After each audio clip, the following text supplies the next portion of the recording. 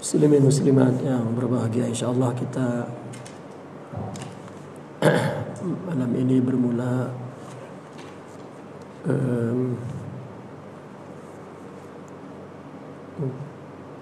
kajian kitab dengan tajuk kompilasi ma'rifat dan cinta, yaitu tajuk-tajuk yang berkenaan dengan tasawuf. Dalam risalah ini ada 9 tajuk, 9 tema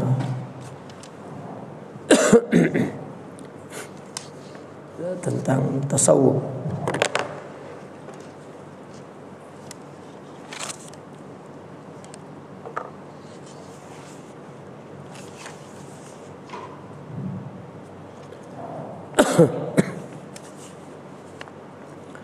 Yang pertama tentang syariah, tariqah dan hakikat.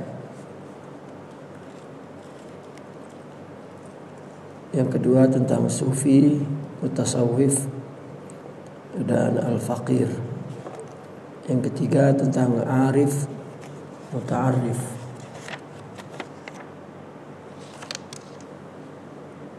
Yang keempat al-mahabbah, tariqus sa'adah, cinta jalan kebahagiaan. Kemudian tentang tauhid dan bagian-bagiannya. Yang ketujuh tentang wilayah dan wali. Yang kedelapan tentang karamah, mu'jizah dan istidraj. Adapun yang terakhir tentang al-insanul kamil. Tajuk-tajuk ini Al-Faqir menukil dari beberapa kitab atas permintaan beberapa ahbab, ikhwan, untuk ditulis dalam satu buku tentang 9 tajuk ini. Ya, sebetulnya banyak tajuk-tajuk lain, tapi Al-Faqir menulis 9 tajuk.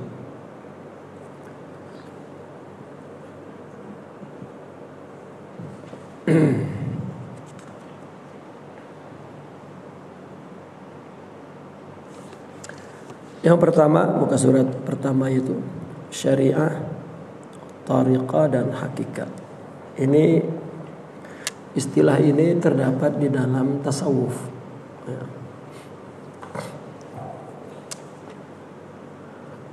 Kita mengetahui bahwa di dalam agama ini ada 3 bidang ilmu agama yang disebut ulumus syar'iyyah atau ulumuddin. Sebagaimana Imam Al-Ghazali menulis Ihya Ulumuddin, menghidupkan ilmu-ilmu agama. Yang disebut ilmu agama 3, fikih, tauhid dan tasawuf.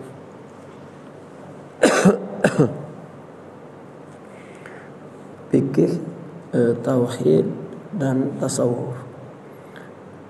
Kita sering mendengar bahwa fikih itu menjabarkan apa yang terdapat dalam rukun Islam. Salat, puasa, zakat, haji, ditambah dengan muamalah, ya. Dan akidah, apa yang terdapat dalam iman dan rukun-rukunnya, percaya kepada Allah, percaya kepada Rasul, percaya kepada malaikat, kepada kitab, ya, hari akhir.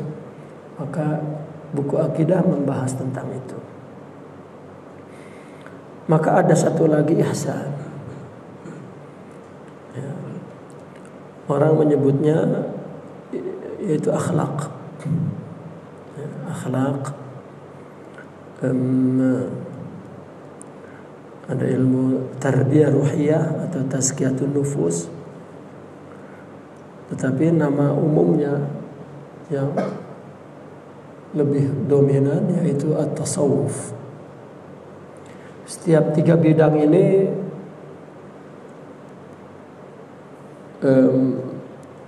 menjadi satu bidang ilmu yang independen, yang besar, ya. Sehingga ulumuddin, ilmu agama itu ya 3 itu, ya. Di mana 3 ilmu ini mempunyai usul dan mempunyai furu'. 3 bidang ilmu ini mempunyai usul, mempunyai furu'. Usulnya adalah Al-Quran dan hadis, fikih, tauhid, tasawuf. Punya usul, punya dalil di dalam Al-Quran dan hadis. Dan juga punya furu'. Punya furu' ini adalah punya perkara-perkara yang diijtihadkan oleh ulama.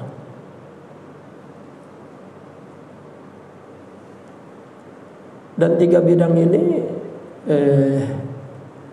mempunyai imam-imamnya, tokoh-tokohnya, ulama-ulamanya sampai hari ini. Fikih kita tahulah dengan imam mazhab 4-nya itu, dan ratusan imam lain yang setara dengan mazhab, dengan imam mazhab, imam mujtahid mutlak. Dalam akidah pun ada imamnya. Kita mengambil akidahnya Asy'ariyah dan Maturidiyah, dan banyak lagi di sana imam-imam akidah. Imam At-Tahawi misalnya.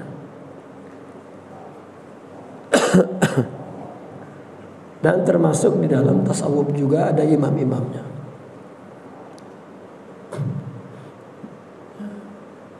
Imam-imam yang semasa dengan imam 4 pun pada saat itu imam-imam tasawuf ada. Seperti Imam Hasan al-Basri, Imam Daud at-Ta'i, Imam Ma'ruf al-Karhi, Imam Junaidi al-Baghdadi, Imam al-Kushairi, Imam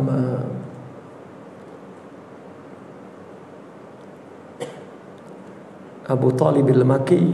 Itu imam-imam dalam tasawuf. Dan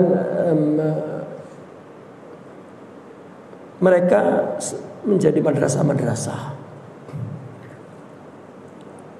Para ulamanya menulis panduan-panduannya, referensi-referensinya, kitab-kitabnya, karya-karyanya sampai hari ini.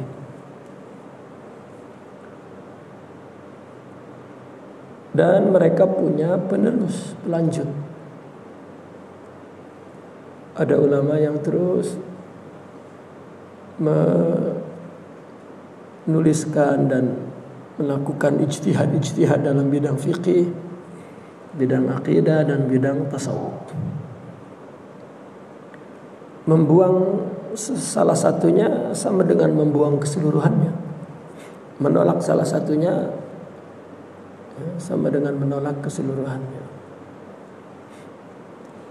Karena 3 ini objektifnya manusia, ya. Bagian jasmaninya, bagian kalbunya, dan bagian rohaninya. Jadi tak dapat ditinggalkan salah satunya. Nah, maka masing-masing bidang ini mempunyai terminologi sendiri. Karena sebuah kajian, sebuah keilmuan, ya, dan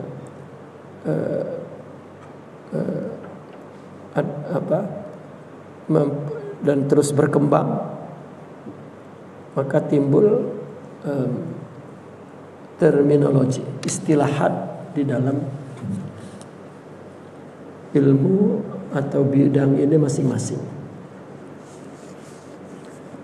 Nah, maka untuk memahami, jangankan untuk memahami fiqih misalnya dan usulul fiqih, di situ terdapat beberapa mazhab mazhab Syafi'iyah, mazhab Hanafiyah, meskipun satu bidang fikih, berbeda mazhab, berbeda istilah.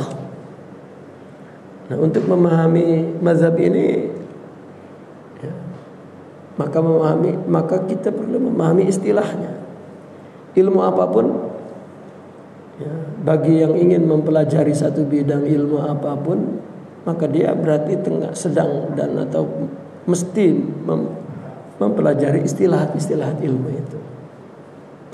Karena mungkin ada satu perkataan yang secara bahasa maknanya ada, dan dalam bidang lain maknanya lain, dan dalam bidang tertentu maka maknanya adalah seperti yang dimaksudkan dalam bidang itu. Jadi tidak dapat kita merusak istilah yang dipakai dalam bidang ilmu itu, dirusak, dikritik oleh makna, ya, kata itu secara atau dari bidang lain. Ya, kita sering mendengar orang mengkritik, ini tidak betul. Rupanya dia mengkritiknya satu perkataan itu karena dia tidak melihat kata-kata itu dipakai di tempat lain. Seperti para ulama menilai tentang ilmu hadis, tentang derajat-derajat hadis itu kan ada istilah-istilahnya. Dan itu tidak pernah terjadi di zaman salaf. Nah, salah satu istilah itu mungkin ada dalam ilmu lain, tapi bukan makna seperti dalam hadis. Jadi kalau kita katakan itu makna itu salah, ya, kita menyalahkannya karena di luar maknanya lain. Ini yang sering terjadi. Dia tidak mengkaji istilah di dalam bidang ilmu itu apa maksudnya. Ini. Di dalam tasawuf maka ada istilah-istilah seperti yang menjadi tajuk-tajuk di buku ini, seperti syariah, thariqah, dan hakikat. Ada orang yang tutup mata, tutup telinga, tidak ada pembagian syariah, thariqah. Di zaman Nabi tidak ada misalnya, ya, itu hanya syariah.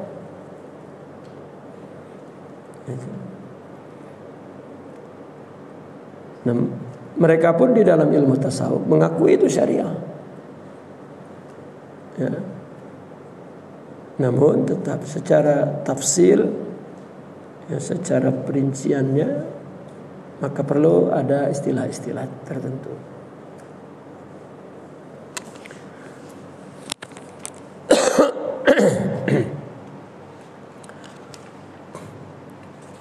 Bismillahirrahmanirrahim. Syariah, thariqah, dan hakikat. Dalam sebuah hadis Sayyidina Umar radhiyallahu anhu terdapat pembahagian agama ke dalam 3 rukun atau 3 peringkat. Ini dipahami dari sabda Nabi sallallahu alaihi wasallam di akhir hadis tersebut. Ada sebuah hadis panjang yang kita sudah sering mendengarnya. Diriwayatkan oleh Sayyidina Umar. Beliau mengatakan, bainama nahnu julusun inda Rasulillah, ketika kami duduk-duduk bersama Rasulullah, ja'a rajulun, katanya, datanglah seorang, ya, yang sadidu bayadi as-siyab, sangat putih pakaiannya, wa sadidu sawadi sya'r, sangat hitam rambutnya.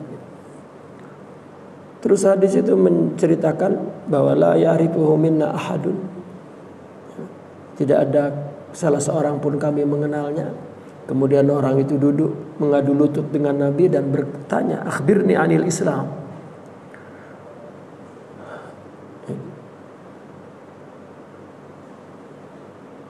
Ceritakanlah kepadaku tentang Islam. Nabi menjawabnya, Islam yang 5 rukun Islam itu. Engkau bersahadat, salat, puasa, zakat, haji.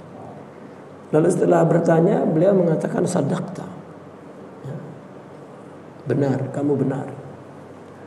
Lalu akhbirni anil iman, ceritakanlah kepadaku iman. Nabi ceritakan rukun iman, antu'mina billahi wa malaikatihi wa rusulihi wa kutubihi ila akhirih. Rukun iman yang keenam. Pun dijawab sadaqta. Akhbirni anil ihsan. Kemudian Nabi orang itu bertanya tentang ihsan. Nabi menjawab, anta abudallah ka'annaka tarah fa in lam takun tarah fa innahu yarak. Nah, ini bukan rukun seperti Islam, iman, ada 5 rukunnya, ada 6, Nabi sebut satu persatu. Tapi ya, ini seperti definisi Nabi. Ya. Anta abudallah ka'annaka tarah. Ihsan adalah kamu melihat, kamu beribadah seolah kamu melihat Allah.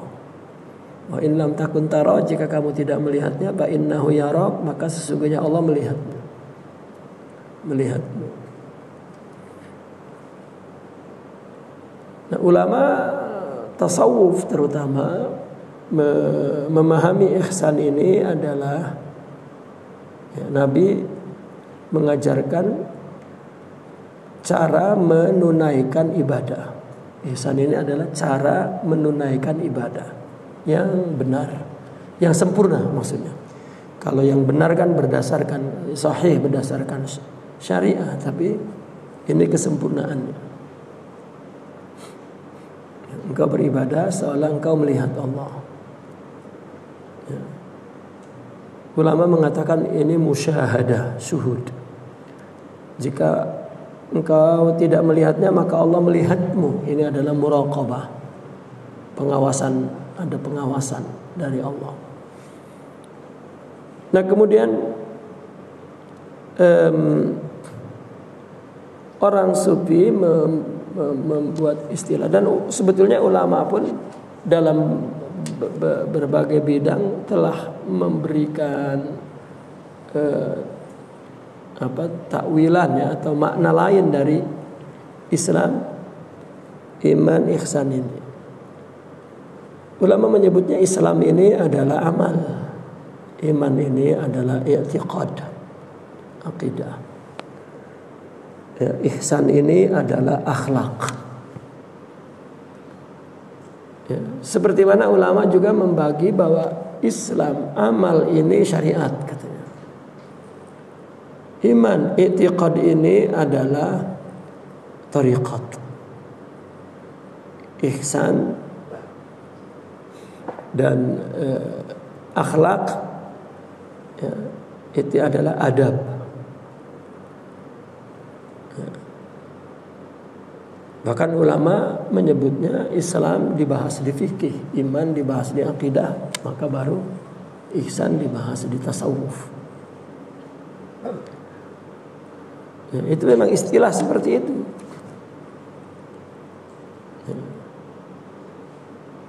Dan ada orang yang mengingkari nama tasawuf tapi membenarkan ihsan itu akhlak. Ya sudah.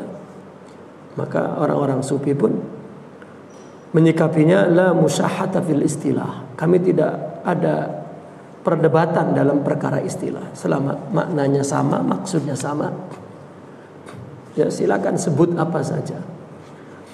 Ya, ulama pun menyebut tarbiyah ruhiyah, ada yang tazkiyatun nafas, ada yang tahdzibul qulub. Ya. Tetapi nama yang lebih umum adalah tasawuf. Ya.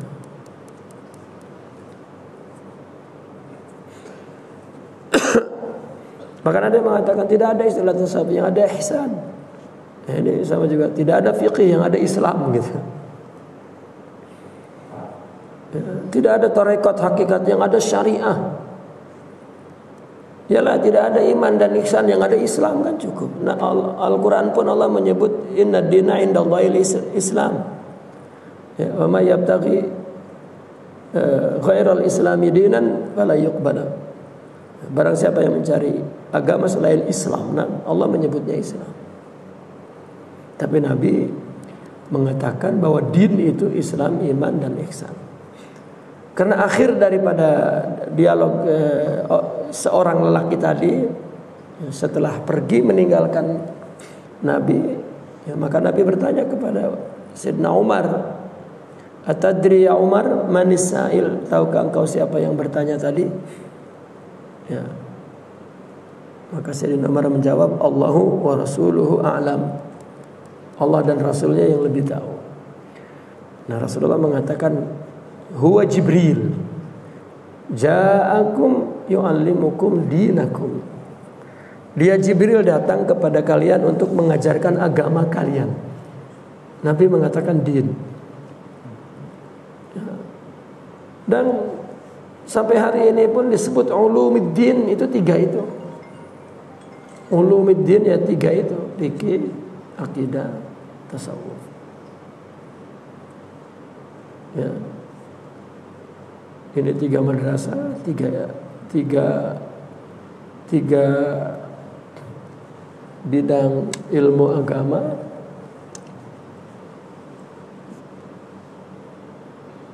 Pembagian syariah, tarekat dan hakikat itu adalah dilandasi oleh hadis ini. Rukun Islam yaitu sisi amali, ya, bagian amal berupa ibadah, muamalah dan perkara ibadah lainnya. Tempat dan alatnya adalah anggota tubuh. Ya, kita kan sujud aja mesti ada beberapa anggota tubuh yang dinamakan sujud. Gitu. Itu adalah amal. Ya, amal. Ulama telah memberikan istilah syariah. Kalau dia mengatakan tidak ada tidak ada tarikah itu yang ada syariah. Ya, syariah pun tidak ada, yang ada Islam gitu. Ya. Sebetulnya dalam istilah ilmu bahasa, ketika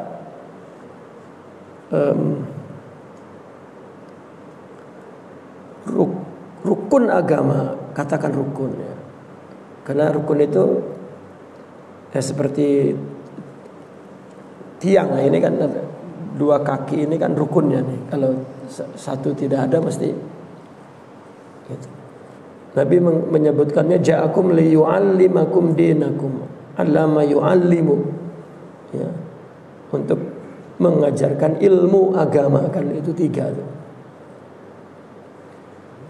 Secara ilmu bahasa, dan itu ulama sudah sejak salaf membahasnya. Kenapa dinamakan agama itu Islam, tidak iman? Ya. Sedangkan kalau dalam pembahasan lebih penting mana Islam dengan iman? Ulama membahas secara detail ya, secara tafsir rinci, itu ternyata iman lebih penting, bukan Islam dalam agama ini. Ya.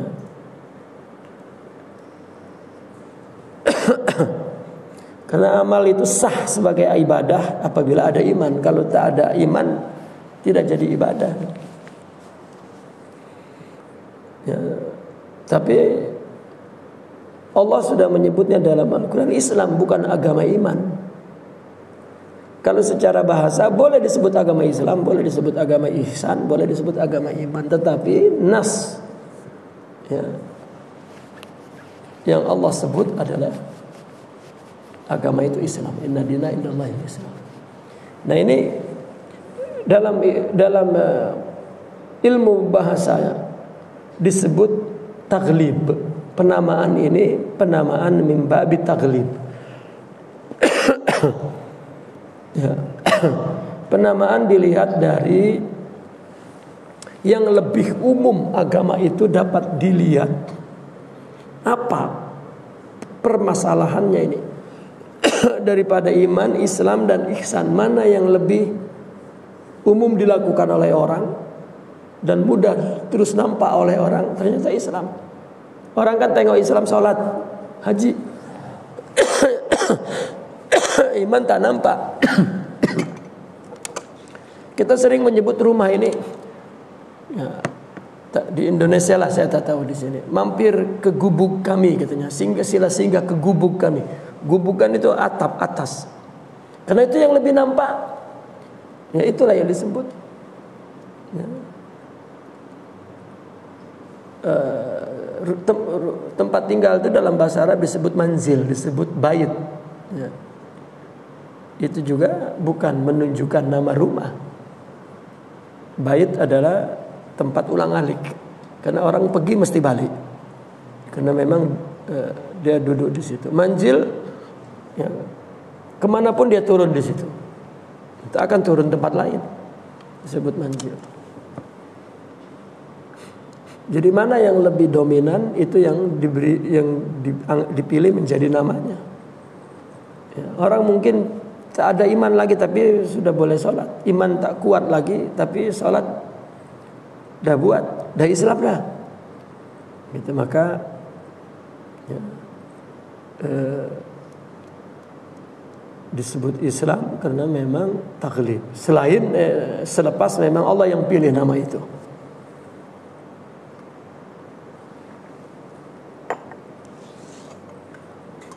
Sama semua syariah itu. Ya, semua Islam, iman ya bawa Islam. Iman. Sama dengan ada satu kelompok, satu golongan orang, satu kumpulan orang nak pergi jauh misalnya. Ya. Maka agar grup ini tidak sama dengan grup lain maka mesti diberi nama. Ya. Biasanya ada cara memberi nama. Nama ini dinamakan dengan nama pimpinannya karena dia yang dominan di situ.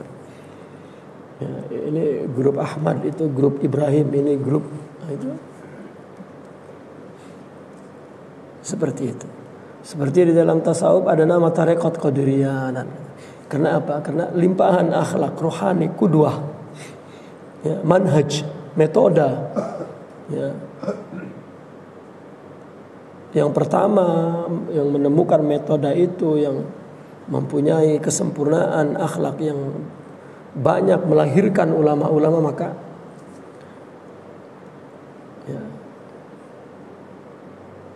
madrasah itu namanya nama pimpinannya. Seperti itulah.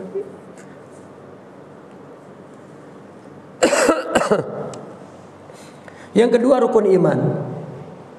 Nah, rukun iman itu adalah bagian i'tiqad, kalbu, keyakinan hati. Ya, berupa iman kepada Allah, malaikat, kitab, para rasul, ya, qada dan qadar. Ulama telah memberikan istilah tariqah.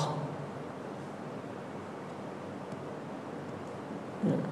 Maka kata Islam dan iman meskipun saling berkait rapat, namun antara keduanya ada umum dan khusus. Setiap seorang mukmin adalah muslim, namun tidak setiap muslim itu mukmin. Ya. Ini dalilnya. Qalatil a'rabu amanna qul lam tu'minu walakin qulu aslamna walamma yadkhulil imanu fi qulubikum. Orang-orang Arab Badui itu berkata, kami telah beriman.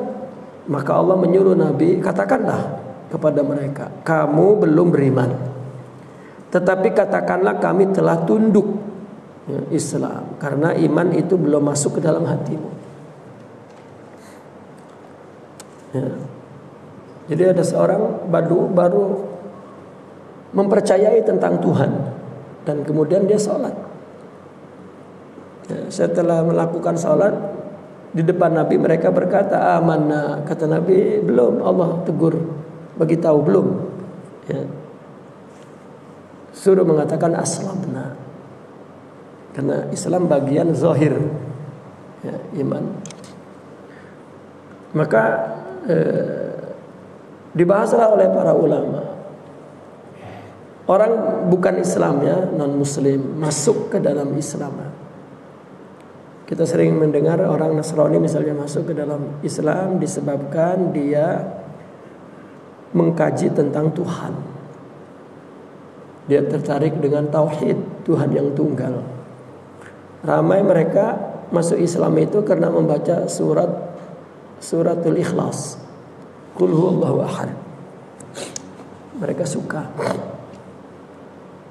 Ya, Islam ketika melakukan kajian itu tentang ketuhanan, maka Islam. Nah, kemudian dia belajar ilmu Islam, ilmu ibadah dan sholat. Nah ini ya, melihat dalil ini dia baru boleh mengaku aslamna, belum amanna. Ya. Karena kata Nabi, karena belum masuk iman ke dalam hati.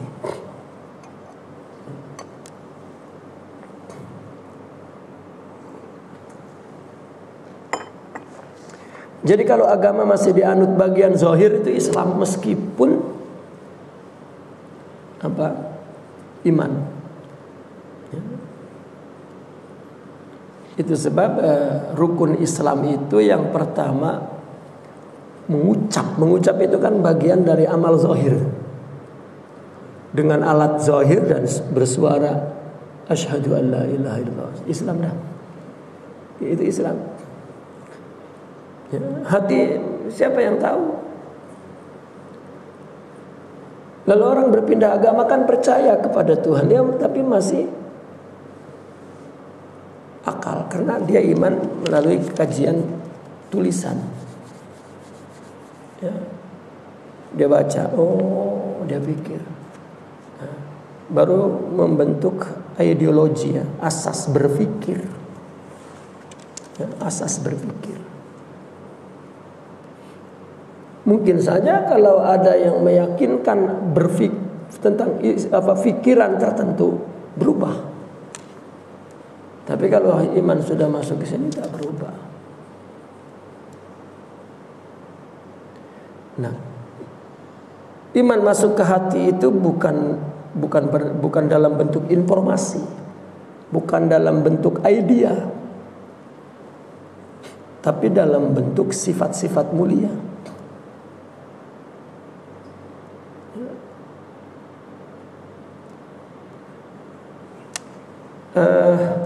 Saya punya pengalaman dulu, saya suka membaca buku-buku motivasi yang ditulis terjemahan dari orang-orang barat. Motivasi bicara untuk pandai bicara dan mempengaruhi orang, motivasi untuk menjadi kaya. Setiap baca itu ya, baca buku motivasi untuk menjadi kaya. Selepas baca itu terus ingin bisnis ya, coba bisnis. Motivasinya ya itulah idea-idea itu, buah pikiran yang kita baca itu.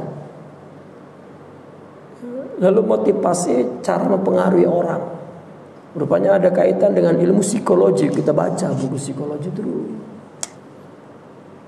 Bila kita bicara ini menyampaikan ayat ini, sesuainya adalah ketika orang seperti ini terus. Ternyata semua itu ilmu zahir. Ya, ilmu zahir.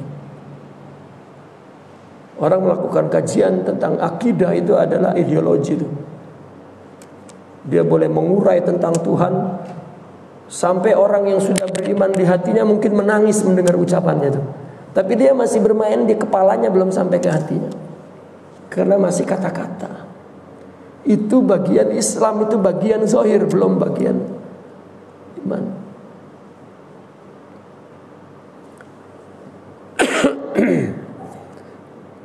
Ya.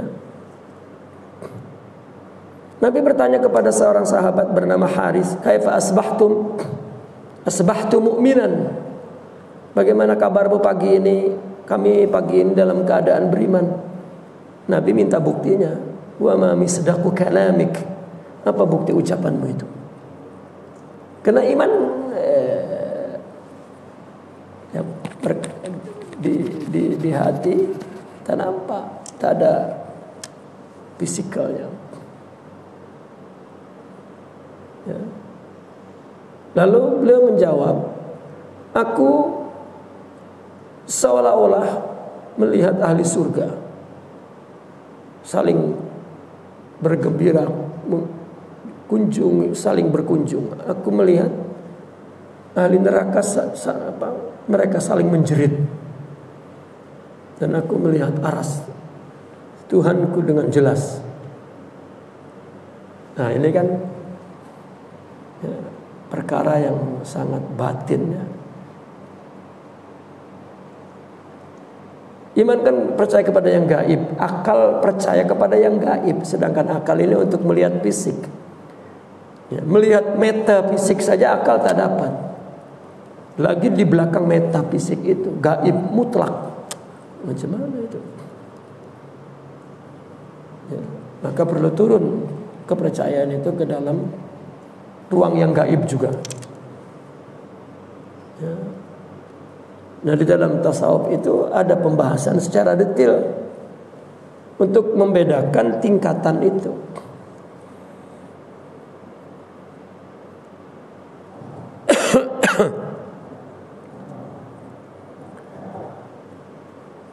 Nah, maksud Al-Faqih tadi menceritakan sering membaca motivasi-motivasi itu.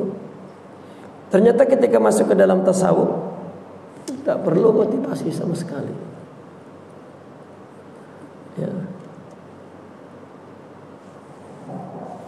Kenapa? Karena seorang jika memiliki kesabaran, sifat sabar yang menjadi karakternya itu yang menjadi kekuatan, ya, power yang tidak pernah habis, abadi itu. Jadi tak perlu lagi motivasi untuk bersabar, sudah punya sifatnya. Ridho, yakin, mahabbah, tawakal, ikhlas. Kalau itu sudah jadi karakter, itu motivasi yang tinggi. Itu dari Allah terus, bukan dari pikiran. Bahkan itulah orang yang ditangani Allah.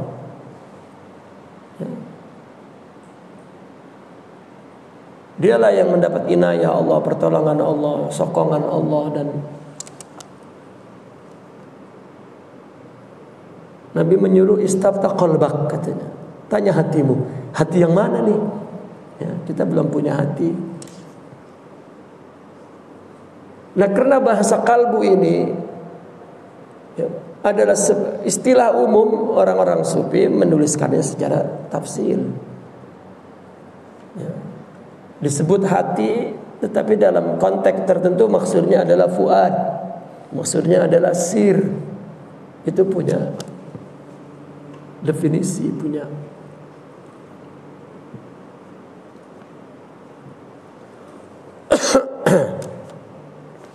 Maka Allah bersabda, walamma yadkhulul imanu fi qulubikum. Iman belum masuk ke dalam hati. Berarti iman yang dianut oleh Badui itu masih iman akli, i'tiqad akli. Ya, baru dia ganti asas berpikirnya.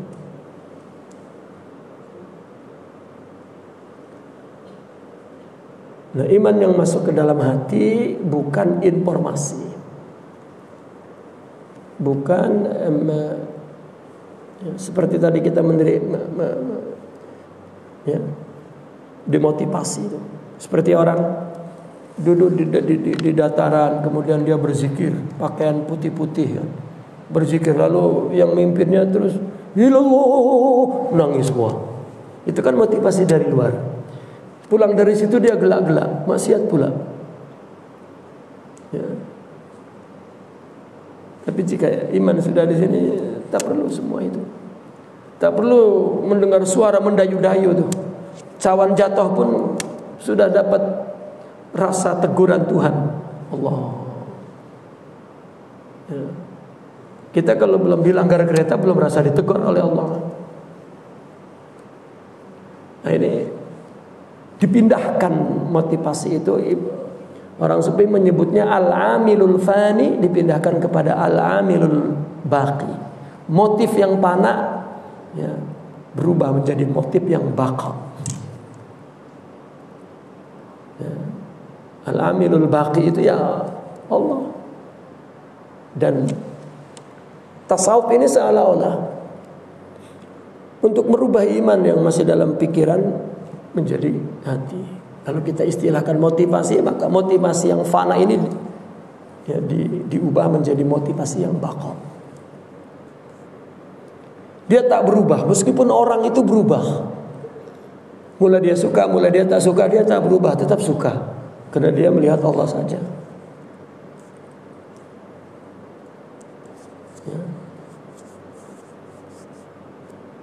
Dia membicarakan perbedaan hanya ayat, hanya sikap, hanya perilaku, tapi hakikat Allah. Nah, inilah yang dimaksud iman masuk ke dalam hati. Rukun ihsan yaitu sisi roh dalam hati, kerohanian. Dia itu adalah musyahadah. Engkau menyembah Allah seolah-olah engkau melihatnya. Yang kedua, muraqabah. Jika engkau tidak merasa melihatnya, maka dia melihatmu.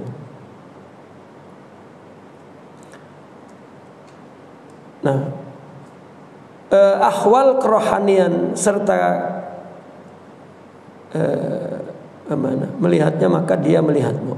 Ahwal kerohanian serta kesudahan atau natijanya adalah berupa zauq wijdani, maqam irfani, dan ilmu-ilmu wahbiyah, hikmah. Ya. Artinya seseorang yang sudah syuhud, maka dia mendapatkan dia mempunyai zauq, ya, zauq wijdani. Ya, zauq wijdan itu ya, rasa batin, ya, rasa batin. Contoh yang mudahnya begini. Ada dua orang, yang satu memiliki sifat sabar. Ya, sifat sudah dalam karakternya. Dua belum, meskipun dia hafal dalil-dalil sabar itu, mungkin dia sudah membaca kitab sabar, bab sabar 10 kitab mungkin, tapi belum punya sifatnya. Ini memang dia sudah memiliki sifat sabar. Allah dah bagi dan menjadi karakter dia. Ketika menghadapi sesuatu, musibah lah katakan. Yang satu berkata bahwa musibah ini anugerah. Nah, ini bukan zauq pikiran, ya, bukan rasa pikiran, bukan rasa fisik, tapi rasa batin. Nah, itu zauq namanya. Ya, kita sering mendengar tasawuf itu ilmu rasa. Ya, bagi yang mempunyai ya, akhlak-akhlak mulia, kalau tak ada rasanya, rasa apa? Gitu. Nabi saja bersabda dalam Al-Quran, salasun man kunna fihi wajada zaqa ta'mal iman. Ya. Dalam riwayat lain wajada halawatal iman. Ada zaqa ta'mal iman, ada wajada halawatal iman. Jadi ada wajad, ada zaq. Ya, maka disebutnya orang sufi zauq wijdani. Ya, dalilnya ini, kata Nabi, 3 perkara, siapapun yang berada di dalam 3 perkara ini, memiliki 3 perkara ini, maka dia zaqa ta'mal iman, punya zauq, ya, zaqa itu merasakan, ta'am itu juga rasakan, ya, makanan iman. Ya, dalam riwayat wajada halawatal iman, wajada juga merasakan, mendapatkan manisnya iman. 3 ini Nabi adalah hubullah, ya, wa rasulihi, ya. An yakun Allah ahab, ya, wa rasulihi ahabu min ghairi min siwahima. Mencintai Allah dan Rasul lebih dari semuanya, kan? Ternyata cinta. Yang kedua, cinta dan benci kepada siapapun karena Allah. Cinta. Ya, cinta kan perkara rasa, perkara zauq. Jadi mesti punya cinta Allah. Nah, orang sufi itu maka membahas tasawuf itu cinta. Ya. Dan yang ketiga adalah dia takut jatuh kepada kekafiran seperti dia takut jatuh ke api. Ini zauq, bukan kafir dalam arti keluar dari agama, bukan. Kafir di sini maknanya tertutup dari Allah, takut lupa. Ya, dan panjang. Ya. Kita kan sholat alhamdulillah tidak berhenti istiqomah dengan jamaah-jamaahnya, tapi ya sudah beberapa belas tahun, puluh tahun, tapi ya selama itu lupa dengan Allah salat pun. Dan tidak ada rasa apa-apa itu. Gitu. Nah itu zauk itu. Ya. Nah syuhud itulah yang memiliki, melahirkan zauk.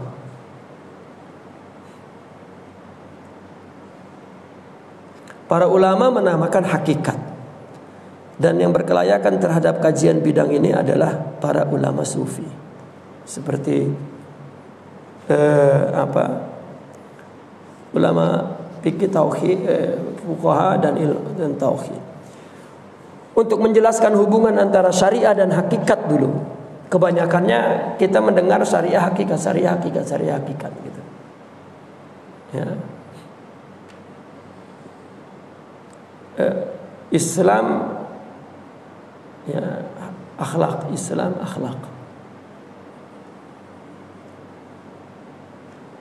Nah karena antara syariah dan hakikat ini, antara Islam dan akhlak ini adalah antara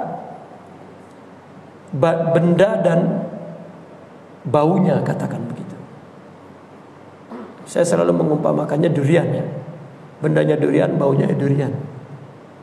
Salat itu ungkapan dari kehambaan, ketundukan. Maka salat semuanya bentuk tunduk-tunduknya.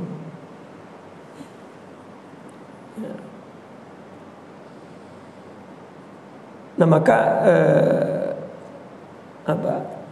orang ketika memberi adalah bentuk dermawan.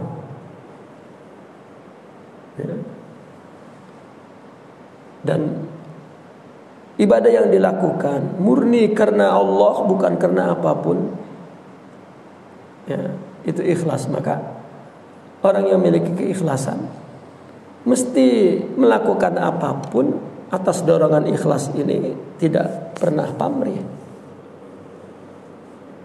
gitu. Dan ini adalah hakikat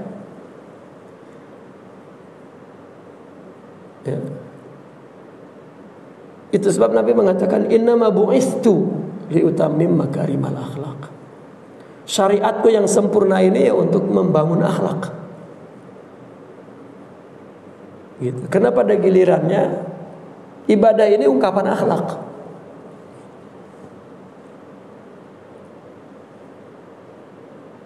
Ada seorang ulama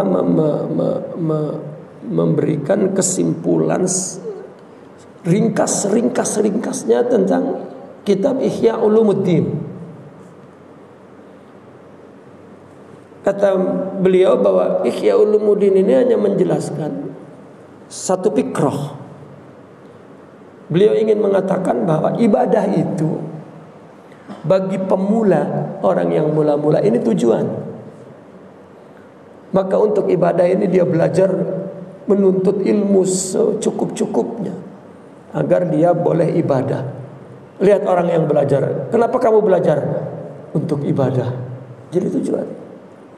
Bila ilmu sudah dapat semuanya lah, jadi ulama lah, dan ilmu sudah diamalkan dan sudah beribadah, apakah sudah berhenti di situ? Ternyata tidak.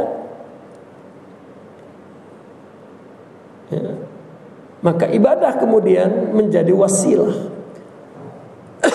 sarana untuk membangun insaniyah, membangun karakter, katakan kalau istilah modernnya itu saksiyah Islamiyah, kepribadian muslim. Kita membangun manusia rohani itu kan dengan syariat, bukan dengan khurafat. Salat tanha 'anil fahsya'i wal munkar, coba. Salat mencegah sifat-sifat buruk, kan berarti membangun sifat-sifat mulia.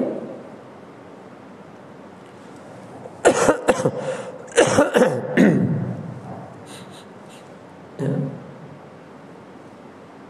Dan semua salat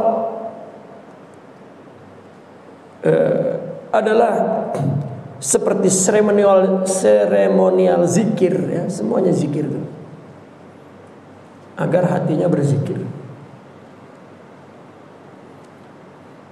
Oke, apabila sudah ibadah itu, syariah itu sudah berhasil membangun kepribadian saksiyah, membangun manusia ruhiyah, ya, yang di dalam agama disebut aulia, disebut siddiqin, disebut muqarrabin. Nama rohani itu, nama rohani. Kalau nama zahir mah disebut faqih, ya, muhaddis. Itu nama zahir, tuan guru, ustadz, muallim, kiai, syekh. Ini nama. Tapi nama batinnya dia sirik atau enggak, betul enggak tuh? Ya. Atau kazib? Ya. Dia syakirin atau tidak? Dia mukhlasin atau tidak? Muttaqin atau tidak? Ya. Kan itu yang ada di Al-Quran. Itu sebetulnya nama rohani, bukan nama fisik. Nah, orang sufi itu punya terminologi ilmu dia untuk menyebut manusia rohani ini. Arifin, wasilin, ya, mutahaqqiqin, syahidin. Ada yang membuat istilah al-insanul kamil. Ini terminologi. Jangan ditanya insan kamil ini tidak ada zaman nabinya. Alamak, ya.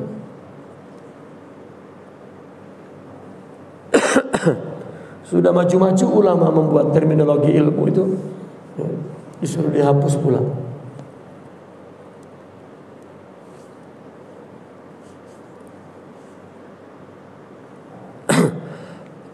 Nah, apabila sudah terbangun manusia ruhiyah ini, baru kemudian ternyata seluruh amal, seluruh apa yang lahir dalam amal yang disyariatkan dalam agama itu ungkapannya, itu bajunya. Makanya dikatakan syariah itu baju yang cocok, yang sesuai untuk rohani. Ya. Nah, Imam Al-Ghazali itu mengarang Ihya hingga 4 jilid hanya ingin menjelaskan itu tuh, tapi panjang sangat tuh penjelasannya.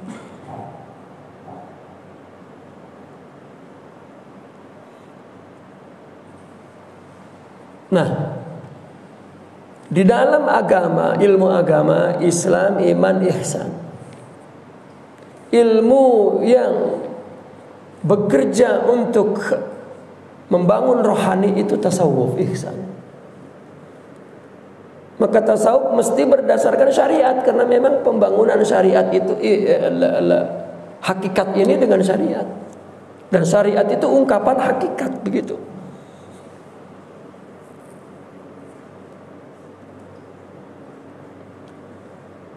Nah, maka itu sebabnya untuk menjelaskan hubungan syariat dan hakikat, kita boleh melihat contoh yang tepat adalah ibadah sholat, ya. Pergerakan sholat serta aktiviti lahiriah lainnya dibincangkan oleh ulama fiqh, ya. Merupakan peranan dari sudut syariah adalah merupakan jasad sholat. Sedangkan kehadiran kekhusyuan hati kepada Allah ketika mendirikan sholat adalah sudut hakikat. Itu rohnya sholat, ya. Maka dikatakan oleh Imam Ibn Atta itu, innal a'mal suratun qaimah, katanya. Amal itu rupa yang nampak. Wa arwahuha al-ikhlas, wujudul ikhlas. Ya, ruhnya salat adalah wujud. Maka amal itu kan ada dua. Pertama suratul amal, rupanya. Kedua hakikatul amal. Nah, surahnya itu surah amalnya fikih yang membahas, hakikat amalnya adalah tasawuf yang membahas. Maka disebut syariat hakikat, zahir batin. Jadi gerakan fisikal dalam salat adalah jasad, khusyuknya adalah ruh. Nah, maka istilah tubuh jasad tanpa ruh atau ruh tanpa jasad tidak dapat dipisahkan. Makanya wa aqimus shalah, dirikan itu, ya. Mendirikan ini hanya dapat dilakukan adanya jasad dan ruh. Kalau tidak. Nah, untuk mencapai makam yang luhur ini ya, dan iman yang sempurna ini mesti menempuh jalannya. Bagaimana untuk membangun hakikat itu? Kita sudah disuruh sholat dulu tapi belum punya khusyuk. Kita sudah meyakini sholat itu ya, secara pikiran kita, iman pikiran kita, sholat itu wajib, tetapi kita belum mempunyai hakikat ya, yang sebenarnya yang melahirkan sholat itu, yaitu adalah kekhusyuan, ketundukan kepada Allah. Maka bukan mungkin orang yang telah memiliki kekhusyuan, ya keikhlasan dan rasa takut, rasa malu, rasa harap kepada Allah, itu ruku sujudnya indah sekali, terhayati ya. Seperti betul-betul dia sedang duduk dengan kekasih ya, berbisik-bisik memuji-muji ya. Dan sudah tidak lagi terpengaruh dengan orang di sekitarnya, dia asik dengan. Maka as-shalah ada maknanya munajah, as-shalah adalah silah ya, dan lain sebagainya. Maka tasawuf itu bagaimana memindahkan iman dari akal kepada. Kenapa dikatakan tarekat itu adalah iman? Karena tasawuf ya, dari sisi tarekat itu upaya untuk memindahkan iman di pikiran ke hati. Maka disebut iman itu tarekat. Ya, orang pun untuk sholat itu kan perlu menganut Islam dulu. Jalannya kan itu. Maka dia sholat karena dia sudah percaya kepada Allah, masuk Islam, sholat. Tetapi sholatnya itu makin sempurna jika imannya bukan hanya di sini tapi di sini. Sholatnya tetap sama, tapi nilainya di sisi Allah berbeda karena sholatnya sudah dari hati. Motifnya di sini bukan di sini. Ya, maka tasawuf memindahkan iman di dalam perkataan qaulus syahadah Islam dipindahkan ya, iman ke dalam iman ihsan ya.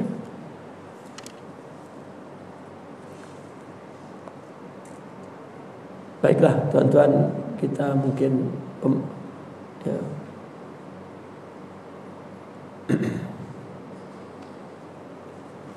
Pada malam ini ya, kita cukupkan sampai di sini. Insyaallah kita sambung bulan depan ya, jika ada izin Allah dan sehat badan.